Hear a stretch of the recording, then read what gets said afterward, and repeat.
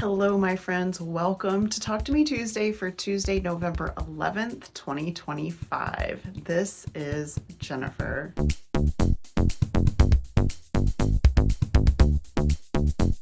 I'm much better rested this week, guys. I got my eldest child completely moved. We did all the cleaning and spackling the walls and stuff on Sunday, and they are moved into their new place. So I have this week more or less to myself. I have a couple things that are absolutely imperative this week, but everything else is should be a good week for me to catch up on stuff at home and also maybe actually sew something.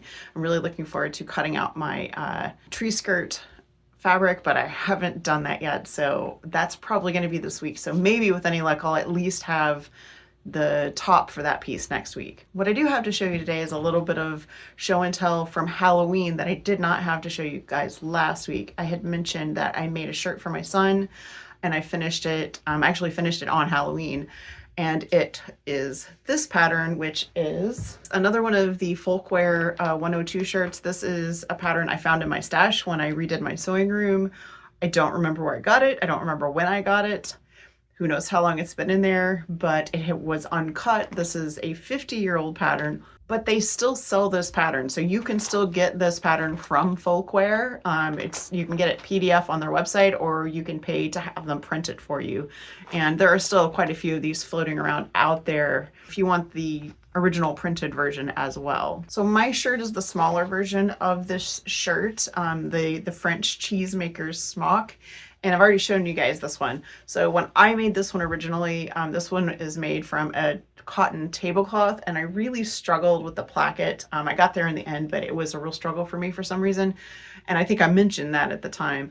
So I knew that was the case. So when I was working on this one, I went so slowly. I probably spent more time on the placket than anything else on the shirt, and it came out perfectly. I don't know what I did wrong the first time, but just going super slowly, step by step, made it work much easier for me this time. So this one, you might be able to tell, is a much larger one. So in the original printing of this pattern, I don't know about the modern printing, but in the original printing, they called it women's and men's, and it's really just smaller and larger. So mine is the women's, which is narrower and shorter. But I used the larger neckline, and then this one is the same shirt but in the men's size, which is just wider, longer arms, etc., and same neckline. So this has been washed, so it is a little bit wrinkly, but this was muslin from my stash that I bought at Austin Creative Reuse. It was almost exactly 3 yards, and it called for about 3 1/4, so I had to do some very creative cutting to get all the pieces I need, but I did. I got them all. He wanted just sort of traditional brown buttons on the cuffs, and much like me, even though this is intended to have a button here, he did not want a button on the neck because it's very tight to wear it that way. And he actually does plan to wear his for costuming, where I'm wearing mine just for everyday wear. This goes underneath a tunic that he has that I made in 2021, I think, that he wears for he wore it for Halloween this year, but he wears for Renaissance festivals and that kind of thing. So this was just a nice basic addition to add to his costuming wardrobe. The only other thing I have to show you guys today is a new to me tool that I got several weeks ago. I was been so busy and I had so many other things to show you guys that it just sort of got put aside and I forgot to share. So if you guys are familiar with visible mending, it's something that I love to do. I also love to do hidden mending. I love to just mend in general because I like for my clothes to last as long as possible. And so I was looking at getting one of these sock darners that you can use to mend any kind of clothes that are where you can weave on top of. And I sort of fell down a rabbit hole with that, and I ended up finding vintage ones from World War II, post World War II. And this one is actually from 1947, and I found it on eBay. I got this for $12, and it came in the box. This is what the darner looks like. So you put this little wooden piece here, which I'll talk about in a second. You put that under your fabric, and then you secure it with a rubber band, and then this goes here, and you secure that with a rubber band, and then you use these little guys to weave over the hole that you are wanting to close up. So there are all kinds of modern versions of this. Knit Fix, I think, is one of them. I'll put a link to that in the description. I haven't tried that one, but I know a lot of people really like it. And I'm just using this one so far with embroidery floss while I learn how to use it. I've only done a pair of socks so far, and I will insert a photo here so that you guys can see what that looks like. These were my experimental ones to see how it goes. And my husband's actually worn these a couple times now because these are his socks.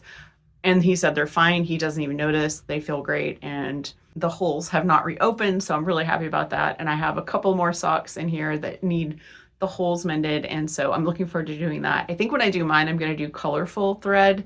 He wanted more blendy, which I understand, but I'm thinking on my socks, I'm just going to do some visible mending because that'll be really fun. So I did, when I got this, have to straighten a couple of these little guys, which was fine. And then this, quite honestly, looked like it hadn't been touched in at least 40 years. It was super, super dry, and I was almost afraid to use it. So my husband loves to restore old hand tools, and I asked him if he would help me out with this. I'll put a picture of what this looked like before. Actually, I think I have a video.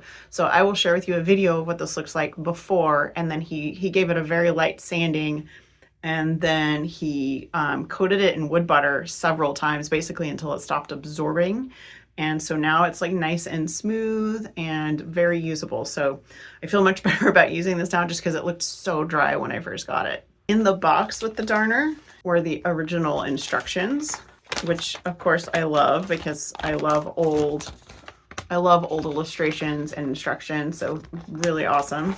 So on the front of this, it says Dritz, known for over 25 years, and I believe Dritz turned 100 a couple years ago. So aside from the instructions, there was also a very old real deal rubber band, like an actual rubber band that's still stretchy. And my favorite thing was there was a little note. It says, when you are tired playing, when you get tired playing with this, bring it back home. It's not signed. I don't know how old it might be, but I just thought that was a nice little touch to have a little personal note from a crafter of the past to whoever they loaned this out to. So guys, that is going to be it for me for now. I'm genuinely hoping to have something new to share next week because I did nothing in this room in the last week. And thankfully I had this guy on standby since it was in the laundry the last time I recorded.